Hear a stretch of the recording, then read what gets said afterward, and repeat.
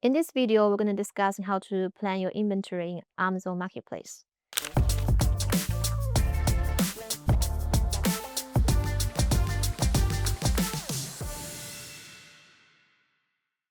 First things that you want to do inventory planning is to set up a goal. For us, generally speaking, is you don't want your inventory sold out and you lose sales, or you order too much that you stuck in with a lot of inventory, you had to pay tons of storage fees. In order to achieve that goal and tracking your performance, and you need to find the right KPIs for it. For the right KPI, we're using at average days for the product on Amazon Marketplace. We set up a threshold between 30 to 60 days. The reason why is you don't want it to be too short because you run into the risk about running out of stock. And even though that the shorter the date and then your inventory turn around faster and it's better for your cash, but you don't want to losing sales because of that. And you don't want it to be more than 60 days or probably like 90 days because you don't want to have the product sitting in the inventory for too long and you're not being efficient about your cash. And another reason is you don't want your product to get into more than 6 months, and which will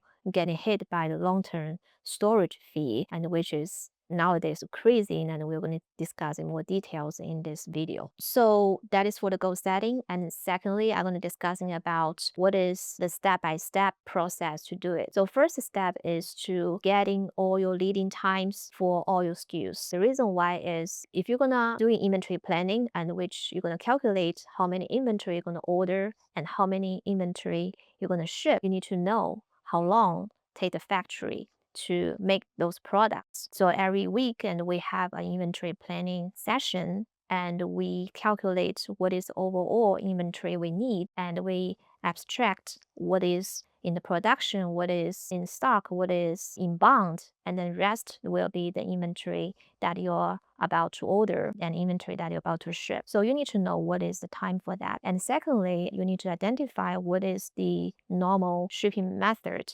for the SKUs that you're selling. Some of the products that is bulky is shipped by boat, and some of the products which is tiny and you think air is the best way. So you assign the ideal shipping method for each product and then assign the shipping days for that product as well. After you get those information, the next step is to identify and how many days in Amazon FBA you want to have the product for. Usually you want to keep the inventory there for at least 30 days, and I put 45 days as the benchmark, because if your inventory is very low and it's not enough to distribute to all the fulfillment center, and you're very likely to lose sales. And even if like in the back end of your Amazon Sales Central, it shows the availability of the inventory, but you didn't know whether it covers all the fulfillment center or not. For that reason, you want to keep decent quantity of your inventory so that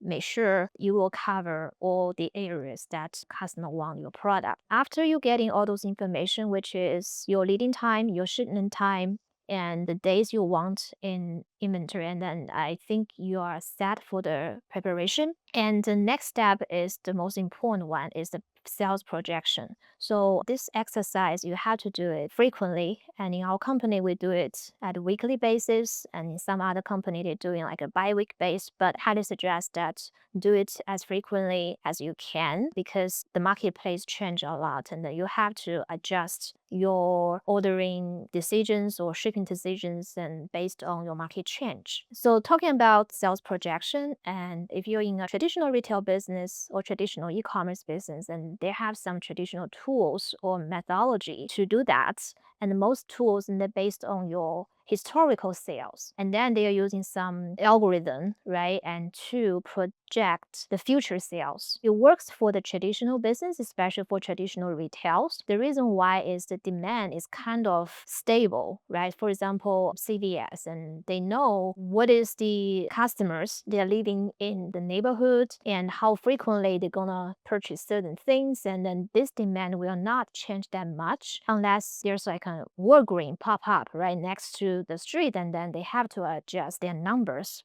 but overall it's more stable. But online is super different, and especially you are selling your product in a marketplace. D2C is different story because the example that I give as a CVS, traditional retail store, and it's very similar because you have your customer database and you know how frequently your customer purchase your product and you know how many customers you have. So it's easier to use in traditional sales projection methodology to do the sales projection. But I highly suggest that you're not using that methodology for your Amazon sales projection. I think that is the number one mistake, that if you want to do the inventory planning. The reason why is the demand of a certain product is predictable based on the historical demand. But the question is, you don't know whether your product is purchased by Amazon customer or not, because remember, it's very competitive. You have competitors, and your competitors may be doing better than you, or they're doing like a worse than you. You cannot using your historical number to project, right? This year, our sales is very similar. So based on that reason, I'm not using the historical data to do the sales projection. The methodology we are using is we look at our current